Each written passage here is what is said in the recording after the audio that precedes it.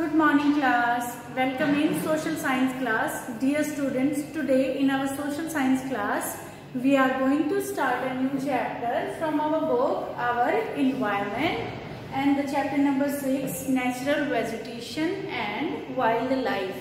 So dear students, अपने इस lesson को हम सलीमा की स्टोरी की हेल्प से सीखेंगे. Let's start our lesson.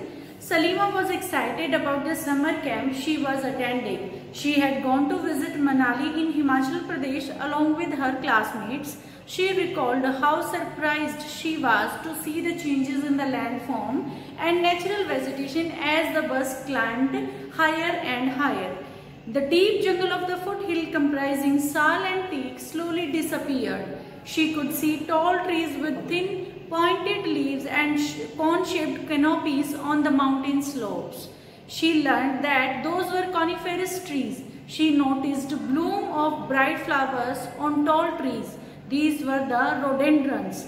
From Manali, as she was traveling up to the Rohtang Pass, she saw that land was covered with short grass and snow in some places.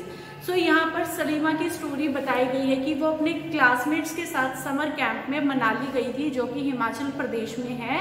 और जैसे ही उसने foot हिल से उनकी बस ने चलना शुरू किया तो उसने एक चीज नोटिस करी कि सॉल और टीक के जो ट्रीज उन्हें फुट हिल्स में दिखाई दे रहे थे, अब जैसे जैसे बस क्लाइंब अप कर रही है हायर एंड हायर, तो वो ट्रीज अब डिसअपियर हो गए हैं और उनकी जगह पर कोन शेप के कॉनिफेरस ट्रीज उसको दिखाई देने शुरू हुए, जिनके लीव जो है वो बहुत ही पॉइंटेड लीव्स थे और कोन शेप उनकी थी. अब उसके बाद उसने एक और चीज नोटिस करी कि वो जो थिन ट्रीज अब उसे दिखाई दे रहे थे उनके ऊपर ब्राइट कलर के फ्लावर्स थे, जिनकी प्रजाति का नाम था रोडेंड्रॉन्स. आफ्टर दैट जब उन्होंने मनाली से रोहतांग पास की तरफ मूव करना शुरू किया तो वहां पर शॉर्ट ग्रासेस जो कि स्नो से कवर्ड थी. सो यहाँ पर हमने देखा कि सलीमा ने कई तरीके की वेजिटेशन जो है वहां पर दिखाई दी है उसे. So from the Salima's observation, we summarize that there is a close relationship between the height of the land and the character of the vegetation. With the changes in the height, the climate change and the changes vegetation. The growth of the vegetation depend on the temperature and the moisture. It also depend on the factor like slope and thickness of soil. सो सलीमा की story से हम ये observe कर सकते हैं कि जैसे जैसे लैंडफॉर्म्स चेंज हो जाएंगी या हाइट बढ़ेगी, हम प्लेन एरिया से माउंटेन्स की तरफ जाएंगे तो वैसे वैसे वेजिटेशन भी अपने आप ऑटोमेटिकली चेंज हो जाएगी, जिसका कारण है कि लैंडफॉर्म चेंज हो गई, लैंडफॉर्म के साथ क्लाइमेट चेंज हो गया और जैसे ही मौसम बदला तो वेजिटेशन ऑटोमेटिकली चेंज हो गई है. तो यहाँ पर कुछ फैक्टर बहुत ध्यान देने वाले हैं. वो फैक्टर्स हैं कि जैसे टेम्परेचर, मॉइस्चर कितना है, मतलब कि पानी कितना मिलता है, आफ्टर दैट स्लोपी एरिया है या फिर प्लेन सरफेस है, या फिर सोइल की मोटाई कितनी है, सोइल कितनी थिक है. ये सारे फैक्टर्स अफेक्ट करते हैं किसी भी एरिया की नेचुरल वेजिटेशन के लिए. अब हम बार बार एक वर्ड यहाँ पर यूज कर रहे हैं, वो है नेचुरल वेजिटेशन. नेचुरल वेजिटेशन होता क्या है? ऐसी वेजिटेशन जो नेचुरली, जिसको जो मैन मेड नहीं है, जिसको इंसान नहीं ग्रो कर रहा है, जो कुदरत ने अपने आप उगाई है, जैसे कि फॉरेस्ट, जैसे कि हमारे ग्रासलैंड्स, जैसे कि झाड़ियां, श्रब्स, वो सारी जो नेचुरली कुदरती तरीके से अपने आप ग्रो हुई है उनको कहते हैं नेचुरल वेजिटेशन. अब हम यहाँ पर बात करते हैं कि नेचुरल वेजिटेशन को कैसे क्लासिफाई किया गया है. सो नेचुरल वेजिटेशन को थ्री टाइप से क्लासिफाइड किया गया है. Number 1 forest, number 2 grasslands, number 3 shrubs. So forest क्या होते हैं? Which grows where temperature and rainfall are plentiful to support the tree cover. Depending upon the factors dense and open forest are grown. So forest वो area होते हैं जहां पर बहुत अच्छी धूप आती है और रेनफॉल भी बहुत सारी होती है. सो प्लेंटीफुल रेन होती है, जहां पर खूब सारी रेन होती है, तो वो वहां पर फॉरेस्ट ग्रो होते हैं. अब हम सेकेंड क्लासिफिकेशन की बात करेंगे, grasslands, which grows in the region of moderate rain, जहां पर ना बहुत ज्यादा ना बहुत कम, ऐसा एरिया जहां पर रेन जो है एवरेज रेनफॉल होता है, वहां पर ग्रासलैंड्स ग्रो होते हैं. Next one is shrubs. थोनी shrubs and shrubs grow in the dry regions. ऐसा एरिया जहाँ पर बारिश बहुत कम होती है, जहाँ पर सूखा पड़ता है, तो वहाँ पर श्रब्स तरीके की वेजिटेशन ग्रो होती है, जैसे कि झाड़ियाँ। यहाँ पर ये सारी कहानी जो है सलीमा अपने फादर को सुना रही होती है। अब देखते हैं कि उसके रिवर्स में उसके फादर उसको क्या आंसर करते हैं या क्या वो बात करते हैं। Salima was sharing her experience of Himalayan trip with her father. Her father visited various places in the world. He told Salima about his observation of the variety of vegetation in different parts of different continents. He mentioned about the coniferous forest in the subpolar region, thorny bushes in the desert, thick tropical hardwood forest in the humid region, and many more. Salima realized the Himalayan have almost all variety of vegetation which one can while moving from equator to the polar region. So the changes in the type of natural vegetation occur mainly because of the changes of the climate condition. Let us get to know the different type of natural vegetation of the world with their characteristics, features and wild life inhabiting there. So यहाँ पर जब सलीमा अपनी story अपने father को बता रही थी तो उसके फादर भी कहते हैं कि मैं अपने ऑब्जर्वेशन, अपने एक्सपीरियंसेस भी आपके साथ शेयर करता हूँ कि मैंने कॉनीफेरस तरीके की वेजिटेशन भी देखी हुई है जो कि सब पोलार रीजन में मिलती है। मैंने डेंस फॉरेस्ट भी देखे हैं और उसके साथ साथ मैंने डेजर्ट में पाई जाने वाली वेजिटेशन भी देखी है।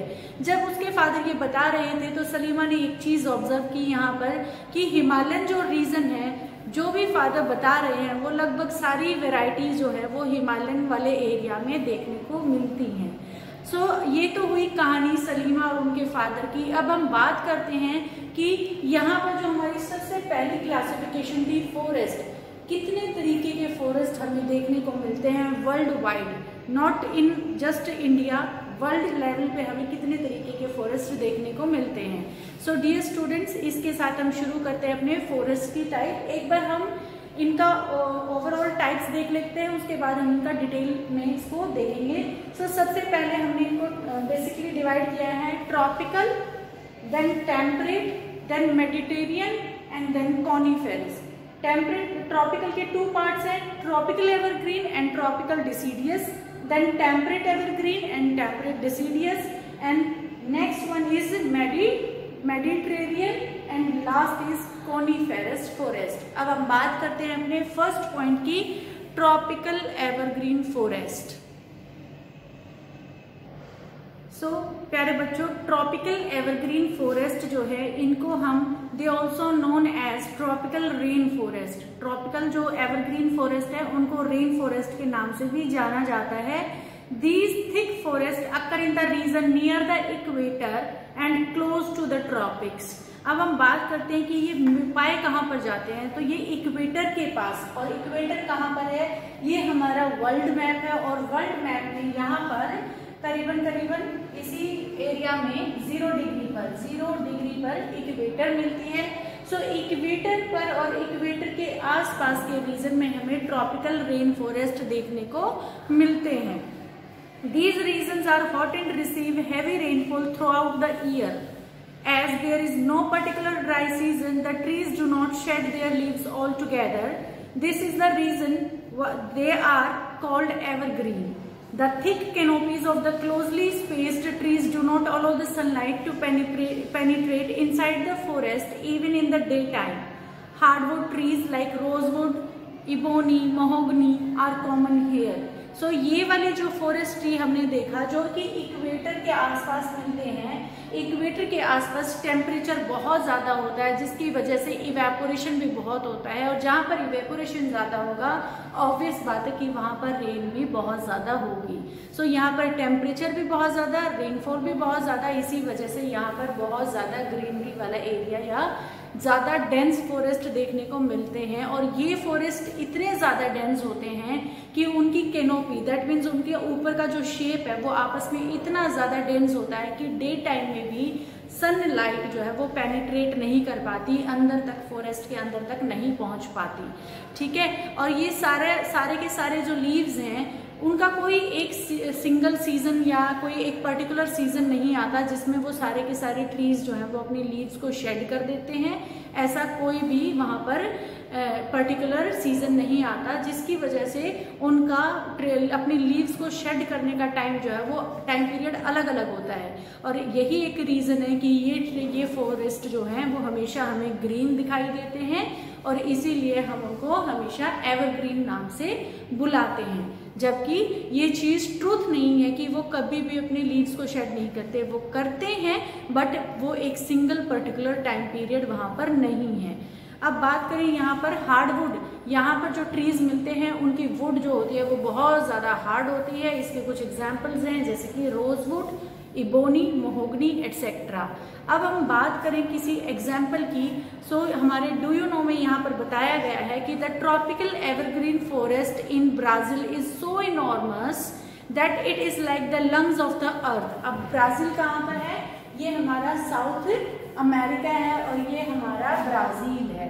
सो ब्राजील में इतने ज़्यादा डेंस फॉरेस्ट मिलते हैं कि उनको उनकी डेंस होने की वजह से उनको अर्थ के लंग्स बुला दिया जाता है। जैसे कि लंग्स हमारा इनहेल और एक्सेल का काम करते हैं, वैसे ही हमारे लिए ट्रीज जो है वो कार्बन डाइऑक्साइड को जो है वो इनहेल कर लेते हैं और ऑक्सीजन को एक्सेल करते हैं। Anaconda one of the world largest snake is found in the tropical rain forest. Anaconda एक स्नेक की स्पीसीज है और ये इतना बिग स्नेक होता है कि ये क्रोकोडाइल जैसे बिग एनिमल को एक बार में खा सकता है और ये हमारे रेन फॉरेस्ट में देखने को मिलता है। अब हम आते हैं अपने सेकंड पॉइंट पर जो कि है ट्रॉपिकल डिसीडियस फॉरेस्ट। डिसीडियस का मतलब ऐसे फॉरेस्ट जो एक पर्टिकुलर सीजन आने पर अपने लीव्स को शेड कर देते हैं। अब बात करते हैं हम ट्रॉपिकल डिसीडियस फॉरेस्ट की। Tropical deciduous are the monsoon forest found in the large part of India, northern Australia and in the central America. So हमने जैसे कि बात करी कि ट्रॉपिकल डिसीडियस का जो दूसरा नाम है उनको दूसरे मॉनसून फॉरेस्ट के नाम से भी जाना जाता है और ये भारत में लगभग हर जगह पर deciduous tropical deciduous kind of forest जो है वो देखने को मिलते हैं। इसके साथ साथ नॉर्दर्न ऑस्ट्रेलिया, ऑस्ट्रेलिया कहाँ पर है? यहाँ पर है और इसके इस रीजन की अगर हम बात करें तो यहाँ पर है इसका नॉर्दर्न हिस्सा। आफ्टर दैट सेंट्रल अमेरिका और अमेरिका के इस हिस्से में भी यहाँ पर जो है deciduous kind of tropical deciduous kind of forest देखने को मिलते हैं। These regions experience seasonal changes. Trees shed their leaves in the dry season to conserve water. The hardwood trees found in these forests are salt, teak, neem, shisham, etc. Hardwood trees are extremely useful for making furniture, transport and constructional materials. Tigers, lions, elephants, langurs and monkeys are the common animals of these regions. अगर हम बात करें tropical deciduous forest की, सो यहाँ पर जो trees मिलते हैं वो एक ड्राई सीजन आने पर सभी ट्रीज अपने लीव्स को शेड कर देते हैं सो दैट जो आने वाली समर है उसके लिए वो अपने वाटर को सेफ रख सकें, कंजर्व करके रख सकें, तो वो अपने लीव्स को शेड कर देते हैं। और यहाँ पर जो हार्डवुड ट्रीज मिलते हैं उनमें नीम, शीशम, टीक और साल दिखाई देते हैं और ये सबसे यूजफुल होते हैं फर्नीचर बनाने के लिए। और यहाँ पर जो कॉमन एनिमल्स मिलते हैं वो हमारे होते हैं langurs, monkey, tigers, lions etcetera. So dear students, अब हम बात करते हैं अपनी, यहाँ पे डिफरेंस आपको देखने को मिल गया एवरग्रीन और डिसीडियस में कि वो एक वहां पर कोई पर्टिकुलर सीजन नहीं है लीव्स को शेड करने का और डिसीडियस में एक पर्टिकुलर सीजन है जहां पर ट्रीज अपने लीव्स को शेड करते हैं। ये तो बात हुई ट्रॉपिकल रीजन की जो कि इक्वेटर के आसपास हमें देखने को मिलता है। अब हम बात करते हैं टेम्परेट एवरग्रीन फॉरेस्ट की। So the temperate evergreen forests are located in the mid-latitudinal coast region. They are commonly found along the eastern margin of the continents. For example, in the southeast USA. Southeast USA. ये है USA है यहाँ पर, ये इसका south है, ये इसका ईस्ट है, तो ये यहाँ की बात कर रहे हैं south east USA। South China, यहाँ पर चाइना है, ये इंडिया, यहाँ पर चाइना है, तो यहाँ पर साउथ में चाइना के साउथ में। और इन साउथ ईस्ट ब्राजील, यहाँ पर ब्राजील है तो उसके ब्राजील के भी साउथ और ईस्ट वाले पार्ट में यहाँ की हम बात कर रहे हैं। So they comprise both hard and soft wood trees like oak, pine, eucalyptus etcetera. So ये जो टेम्परेट जो काइंड ऑफ एवरग्रीन फॉरेस्ट है ये मिड लैटिट्यूड्स में मिलते हैं। मिड लैटिट्यूड्स मतलब यहीं पर इक्वेटर के आसपास, थोड़ा सा उसके ऊपर नीचे, जैसे कि ये ट्रॉपिक ऑफ कैंसर है, ये ट्रॉपिक ऑफ कैप्रिकॉर्न है, इनके मिड में ही यहाँ पर हमें ये चीज देखने को मिलती है। ठीक है, इनके आसपास, इनके ऊपर नीचे या इनके आसपास मिड लैटिट्यूड्स में। और ये रीजन मैंने आपको अपने मैप की हेल्प से आपको बता दिया कि कहाँ पर इनकी बात की जा रही है। अब हम बात करते हैं टेम्परेट डिसीडियस फॉरेस्ट के बारे में। As we go towards higher latitudes there are more temperate deciduous forest. These are found in northeastern part of USA, China, New Zealand, Chile, and also found in the coastal region of Western Europe. They shed their leaves in the dry season. The common trees are oak, ash, beech, etc. Deer, fox, wolves, and the animals commonly found. Birds like pigeons, monals are also found here. यहाँ पर हम बात करें temperate deciduous की, सो ये तो पता चल गया है कि वो ड्राई सीजन पर आने पर अपने लीव्स को शेड कर देते हैं। अब देखते हैं कि उनके प्लेस कहाँ पर है। सो चाइना में हमें देखने को मिलते हैं, यहाँ पर न्यूजीलैंड में हमें देखने को मिलते हैं। आफ्टर दैट चाइल्ड, यहाँ पर चाइल्ड है, ये जो हमारा साउथ अमेरिका है, यहाँ पर ये जो रीजन है ये चाइल्ड रीजन है। After that northern eastern part of USA. So ये एक पॉइंट हमने यहाँ पर देखा था कि टेम्परेट डिसीडियस कहाँ पर मिल रहे हैं, जैसे जैसे हम मिड लैटिट्यूड से हायर लैटिट्यूड्स की तरफ जब जा रहे हैं। सो जीरो लैटिट्यूड से यहाँ पर भी हमारे 90 डिग्री हो जाता है और इस तरफ भी 90 डिग्री हो जाता है। तो जब हम इससे इस तरफ मूव करेंगे और यहाँ से डाउनवर्ड मूव करेंगे, सो तब हमें टेम्परेट डिसीडियस देखने को मिल रहे हैं। सो नॉर्दर्न ईस्टर्न जो अमेरिका है वो वहां पे भी हमें देखने को मिल रहे हैं। और यहाँ पर जो कॉमन एनिमल्स हैं वो कौन से हैं? डियर, फॉक्स, वॉल्व्स और बर्ड्स यहाँ पर हैं, मोनाल्स और पीजेंट्स एटसेट्रा। अब हम बात करते हैं अपने नेक्स्ट पॉइंट की, नेक्स्ट फॉरेस्ट के टाइप की, वो है मेडिटेरेनियन सी, मेडिटेरियन वेजिटेशन, जो कि कहाँ पर मिलता है? मेडिटेरियन ओशन के आसपास, सी के आसपास। सो ये सॉरी सी है मेडिटेरियन, और ये सी कहाँ पर है? ये यहाँ पर है, जहाँ पर मैं आपको बाउंड्री बना के दे रही हूँ, यहाँ पर जो है मेडिटेरियन सी है। सो इसके आसपास के एरिया में जो वेजिटेशन मिलती है उसको मेडिटेरियन वेजिटेशन के नाम से जाना जाता है। You have learn that most of the east and north east margin of the continents are covered by temperate evergreen and deciduous trees. The west and the southwest margin of the continents are different. So यहाँ पर किसी भी continent को अगर हम ले लें तो उसके वेस्टर्न हिस्से में, ये अफ्रीका है, इसके वेस्टर्न हिस्से में यहाँ पर आपको डेजर्ट देखने को मिलेगा। यहाँ पर इंडिया है, इंडिया के भी वेस्टर्न हिस्से में आपको डेजर्ट देखने को मिलेगा। यहाँ पर ऑस्ट्रेलिया है, ऑस्ट्रेलिया में भी आपको वेस्टर्न हिस्से में डेजर्ट देखने को मिलेगा। अब हम इनके ईस्टर्न हिस्से की बात करें, ईस्टर्न पार्ट की बात करें, तो यहाँ पर आपको वेजिटेशन देखने को मिलेगी जो कि एवरग्रीन या डिसीडियस काइंड ऑफ टाइप की मिलेगी। They have Mediterranean vegetation, it is mostly found in the areas around the Mediterranean sea in Europe. ये यहाँ से आपका ये यूरोप है, ये एशिया है। ये हमने अपनी 6th क्लास में अपने कॉन्टिनेंट्स किए थे। सो यूरोप और अफ्रीका के मिड में यहाँ पर मेडिटेरियन सी है, सो यहाँ पर ये वेजिटेशन देखने को मिलती है। The kind of vegetation is also found in the actual Mediterranean reason in the California, in the USA, south west Africa and south western America and south west Australia में भी इस तरीके की वेजिटेशन देखने को आपको मिलती है। These regions are marked for hot dry summer and mild rainy winter. Citrus fruits such as orange, figs, olives and grapes are commonly cultivated here because people have removed the natural vegetation in order to cultivate what they want to. There is not much wildlife here. So यहाँ पर लोग क्या करते हैं, यहाँ पर citrus जो fruits हैं उनकी वेजिटेशन की जाती है और इसे फलों का कटोरा भी बोला जाता है इस वाले रीजन को। सो यहाँ पर जो समर है वो बहुत ज़्यादा हॉट होती है और जो विंटर्स होती है वो माइल्ड होती हैं, प्लस में विंटर्स टाइम में यहाँ पर रेन भी आता है। कभी आपने ऑब्जर्व किया होगा कि इंडिया में भी सिर्फ अगर नॉर्दर्न हिस्से में की बात करें विंटर्स टाइम में नॉर्दर्न इंडिया में 2 या 3 दिन के लिए बारिश आती है। वो किस रीजन से आती है? क्योंकि वो मेडिटेरियन की वजह से ही आती है, क्योंकि यहाँ पर जो हवाएं चल रही होती हैं वो पुश करके, क्योंकि अर्थ हमारी वेस्ट टू ईस्ट मूव करती है, तो वो जो हवाएं होती हैं वो इस तरफ आ जाती है विंटर्स में। इसीलिए विंटर टाइम में सिर्फ नॉर्दर्न इंडिया में वो भी 2 to 3 डेज के लिए बारिश होती है, नॉट इन साउदर्न इंडिया। सो यहाँ पर मैंने बता दिया कि यहाँ पर सिट्रिक जो फ्रूट्स हैं उन्हीं की खेती यहाँ पर की जाती है। अब हम बात करते हैं अपने लास्ट टाइप की फॉरेस्ट की, कॉनिफेरस फॉरेस्ट के बारे में। कॉनिफेरस फॉरेस्ट जो है वो हायर लैटिट्यूड्स पे मिलते हैं, मतलब पहाड़ों में वो पेड़ पौधे मिलते हैं। In the higher latitude 50 degree to 70 degree of northern hemisphere and spectacular coniferous forest are found. These are also called the taiga.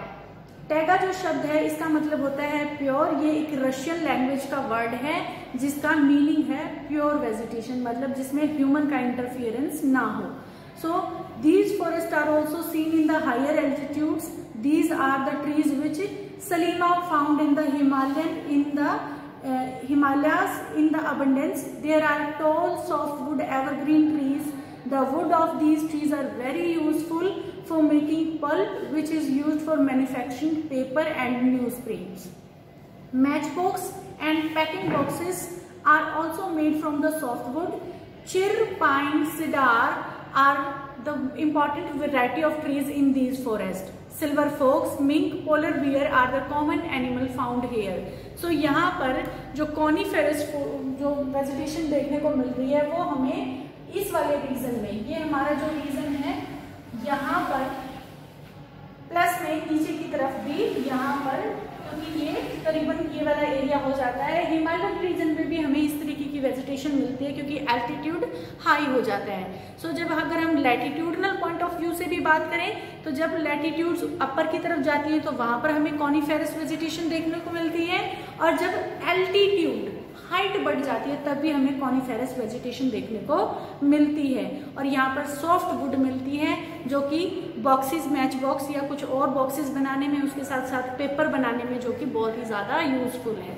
ठीक है, अब हम बात करेंगे अपने नेक्स्ट पॉइंट के बारे में। ये तो हमने फॉरेस्ट के टाइप की, अब हम बात करेंगे अपनी ग्रासलैंड्स के बारे में कि ग्रासलैंड जो है वो कितनी टाइप के होते हैं और कहाँ पर हमें देखने को मिलते हैं। तो बच्चे ग्रासलैंड्स जो है वो 2 टाइप्स के होते हैं। Number 1 tropical grasslands, number 2 temperate grasslands. यहाँ पर ट्रॉपिकल और टेम्परेट 2 टर्म ऐसी हैं जो फ्रिक्वेंटली यूज हो रही है, जो फॉरेस्ट में भी आ रही है और ग्रासलैंड्स में भी आ रही है। सो हमें कंफ्यूज नहीं होना है। ट्रॉपिकल मीन्स जहाँ पे बहुत ज्यादा हीट पड़ती है, जो बिल्कुल इक्वेटर के आसपास का रीजन है, और टेम्परेट जो थोड़ा सा उससे थोड़ा सा डिस्टेंस पे है इक्वेटर पे, जहाँ एज कम्पेयर टू ट्रॉपिकल कम हीट होती है। सो अब हम थोड़ा सा डिटेल में बात करेंगे अपने ट्रॉपिकल ग्रासलैंड के बारे में। These occur on the either side of the equator. Equator के दोनों तरफ ये देखने को हमें मिलते हैं। After that, this vegetation grows in the areas of moderate to low rainfall, low amount of rainfall, जहाँ पर टेम्परेचर जो है वो थोड़ा सा मॉडरेट हो जाए और जो रेनफॉल भी है वो भी मॉडरेट हो। सो इक्वेटर के दोनों तरफ ऐसी जगह जहाँ पर एल्टीट्यूड हाई हो जाए या फिर किसी भी और रीजन से जहाँ पे टेम्परेचर थोड़ा सा कम हो और रेनफॉल जो है वो भी कम हो, तो ऐसे एरियाज में फॉरेस्ट की बजाय ग्रासलैंड्स देखने को मिलते हैं, और ये ग्रासलैंड्स होते हैं ट्रॉपिकल ग्रासलैंड्स। सो यहाँ पर जो ग्रास मिलती है वो टॉल ग्रास होती है जो 3 to 4 metre in height. Savanna grasslands of Africa are of this type. Elephant, zebra, giraffe, deer, leopard are common in tropical grasslands. So ये जो अफ्रीका में इक्वेटर के आसपास दोनों साइड जो मिलते हैं इनको स्वाना ग्रासलैंड्स कहते हैं। नाम ध्यान से करेंगे, स्वाना ग्रासलैंड्स। और इन ग्रासलैंड्स के अंदर giraffe, zebra, elephant, deer, leopard ये बहुत ही कॉमनली देखे जा सकते हैं। अब हम बात करते हैं अपने टेम्परेट ग्रासलैंड्स के बारे में। These are found in the mid latitude zone and in the interior part of the continents. Continents के बीच वाले हिस्सों में, बाउंड्रीज की बात नहीं, मिड की बात कर रहे हैं। और हायर सो मिड लैटिट्यूड्स जो है, जो कि हम कह सकते हैं कि जो कैंसर और कैप्रिकॉर्न के आसपास या इनके मिड एरिया में जो देखने को मिलते हैं। Usually grass here is short and nutritious. Wild buffaloes, bisons and antelopes are the common in the temperate region. यहाँ पर कॉमनली एनिमल्स कौन से मिल रहे हैं? बफेलो या फिर बीसन्स। जो बफेलो से ही थोड़ा सा अलग तरीके से दिखाई देता है जो बीसन होता है, और एंटीलोप यहाँ पर कॉमनली देखने को मिलते हैं। ग्रासलैंड्स, अब हम अपना डू यू नो कर रहे हैं। So grasslands are known by different name in the different regions. Grasslands जो है वो अलग अलग नामों से जाना जाता है अलग अलग एरियाज में। सो यहाँ पर कुछ एग्जाम्पल्स हैं जो फेमस ग्रासलैंड्स है वो हम देखेंगे। सो अमेरिका में ये प्रेयरीज के नाम से जाने जाते हैं। ब्राजील में इनको कैंपॉस कहते हैं। वेनेजुएला में यहाँ पे लानोस कहते हैं। अर्जेंटीना में इन्हें पंपास के नाम से जाना जाता है। अफ्रीका में ये स्वाना, नॉर्दर्न अफ्रीका की बात करें तो स्वाना ग्रासलैंड, साउदर्न अफ्रीका की बात करें तो बेल्ट ग्रासलैंड्स इनको कहते हैं। ऑस्ट्रेलिया में इनको डॉन के नाम से जाना जाता है और एशिया में इनको स्टेपी ग्रासलैंड्स के नाम से जाना जाता है। सो ये बात हुई हमारी ग्रासलैंड्स की। अब हम बात करते हैं अपनी थर्ड टाइप के बारे में, जो कि नेचुरल वेजिटेशन की क्लासिफिकेशन थी, shrubs. So थोनी bushes, these are found in the dry desert like regions. Tropical deserts are located on the western margin of the continents. Continent के वेस्टर्न मार्जिन, ये हमारे कॉन्टिनेंट है। सो इनके वेस्टर्न मार्जिन, अफ्रीका कॉन्टिनेंट को लेते हैं हम, यहाँ पे सहारा डेजर्ट है। हम इंडिया की बात करते हैं, यहाँ पर थार डेजर्ट है। हम यहाँ पर ऑस्ट्रेलिया की बात करते हैं तो यहाँ पर भी डेजर्ट है। सो इन कुछ एरियाज में जहाँ पर डेजर्ट है, जो कि कॉन्टिनेंट्स के साउदर्न है या किसी भी कॉन्टिनेंट की बात करें तो उनके जो वेस्टर्न कोस्ट हैं, जो वेस्टर्न हिस्से हैं, वहां पर हमें thorny bushes kind of vegetation देखने को मिल सकती है। The vegetation cover is scarce here because of the scanty rain and scorching heat. So यहाँ पर जो ये जो थोनी बुशेस या वेजिटेशन है डेजर्ट एरिया में, ये स्केर्स होती है, मतलब कहीं कहीं पर होती है, बिल्कुल भी डेंस नहीं होती हैं। और इसका रीजन है कि हीट बहुत ज्यादा होती है और इरिगेशन नहीं हो पाता बिकॉज रेन वहां पर बहुत ही कम होती है। अब हम बात करते हैं अपनी, if you reach the polar region you will find the place extremely cold. The growth of the natural vegetation is very limited here. Only mosses, lichens and very small shrubs are found here. It grows during the very short summer. This is called tundra type of vegetation. So ऐसे areas जो पोलर्स के आसपास हैं, पोल हमारा north pole यहाँ पर है, south pole हमारा यहाँ पर है। So जो पोल के आसपास के एरियाज हैं, यहाँ पर हमें टुंड्रा काइंड ऑफ वेजिटेशन देखने को मिलती है। टुंड्रा जो है वहां पर कोई बहुत ज्यादा बड़े बड़े ट्रीज नहीं होते, वहां पर सिर्फ मोसिस, लिंचेस, जो ग्रीन कलर की काई हम देखने को मिलती है, उस तरीके की वेजिटेशन हमें देखने को मिलती है। This vegetation is found in the polar area of Europe, Asia and North America. The animals have thick fur and thick skin to protect themselves the cold climate condition. From the cold climate condition, seal, walrus, musk oxen, arctic owl, polar bear and snow foxes are some of the animals found here. So यहाँ पर जो animals मिलते हैं उनकी skin जो है वो मोटी होती है और उसके ऊपर भी फर होता है, सो दैट कि वो कोल्ड क्लाइमेट में अपने आप को प्रोटेक्ट कर सके। और यहाँ पर जो फेमस एनिमल्स आपको देखने को मिलते हैं वो बियर, ऑक्सेंस, आउल या फिर वॉलरस वगैरह देखने को आपको मिलती हैं। सो ये जो लेसन है हमारा वो यहीं पर खत्म होता है, क्योंकि इसके बाद जो सलीमा के फादर हैं वो अपनी कुछ पिक्चर्स जो हैं वो अपनी डॉटर को दिखाते हैं और सलीमा उन पिक्चर्स से ऑब्जर्व करती है कि people were cutting trees and clearing the forest and her father explained that the local people wanted their land for agriculture and settlements, so they cleared up the forest. Salima started wondering, if all forests are cleared, then where will the wildlife go? Will the forest take the original shapes again if people go on cutting the trees like this? सो यहाँ पर सलीमा जो अपने जो father उसके photo दिखाते हैं उसमें देखते हैं कि कुछ पर्सन जो है वो पेड़ों की कटाई कर रहे हैं। तो यहाँ पर उसके फादर बताते हैं कि वहाँ पर रहने वाले जो लोकल पीपल्स हैं उनको एग्रीकल्चर करने के लिए और घर बनाने के लिए जगह चाहिए होती है, इसलिए वो फॉरेस्ट्री को जो है डिफॉरेस्ट्रेशन कर रहे हैं। तो सलीमा यहाँ पे वंडर्ड है, हैरान है कि अगर इस तरीके से डिफॉरेस्ट्रेशन होगा तो वाइल्ड लाइफ जो वाइल्ड एनिमल्स हैं वो कहाँ पर रहने के लिए जाएंगे। सो प्यारे बच्चों, मैं अपनी इस लेसन को यहीं पर एंड करती हूँ। बट आपको यहाँ पर सोचना क्या है कि एक तो अपने वर्ल्ड मैप पे हमें अपनी जो फॉरेस्ट की टाइप और या ग्रासलैंड्स की टाइप हमने देखी, उनकी पिक्चर्स हमें देखनी है और साथ ही साथ हमें ये खुद भी ऑब्जर्व करना होगा कि अगर हम डिफॉरेस्ट्रेशन करेंगे तो वाइल्ड लाइफ कहाँ पर रहेगी। सो प्यारे बच्चों, अगली क्लास में मिलेंगे अपने नए लेसन के साथ। तब तक आप पढ़ते रहिए और हेल्दी रहिए। Thank you.